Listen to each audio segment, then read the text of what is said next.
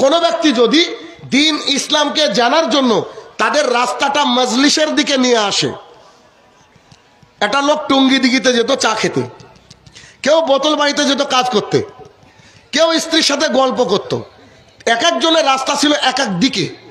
সেই রাস্তাগুলো সব কোথায় এসেছে? আজকে পারগাঁওয়ে। এই পারগাঁওয়ে এসেছেন উদ্দেশ্য কি? দিনকে জানা। এবার হাদিস বুঝেন, বুঝতে পারবেন।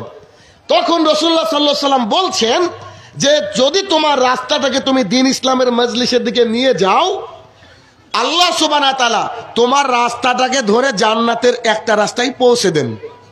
সুবহানাল্লাহ বাড়িতে গিয়ে বলবেন। কথা বুঝতে পারেননি? তার মানে আমরা যদি এখানে দিনকে জানতে আসি, আমাদের রাস্তাটাকে ধরে আল্লাহ তাআলা কোথায় ঢুকাবেন? জান্নাতে।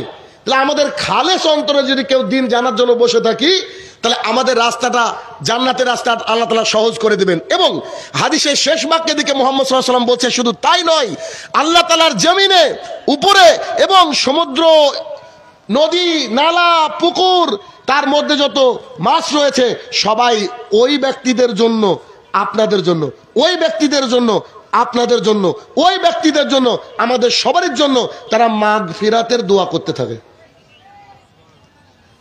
তাহলে মজলিসে বসে থাকলেই শুধু নেকি আর নেকি, জান্নাতে যাওয়ার রাস্তা সহজ এবং মাগফিরাতের দোয়া পাওয়ার যোগ্য হয়ে যায় আমরা যদি মজলিসে বসে থাকতে পারি।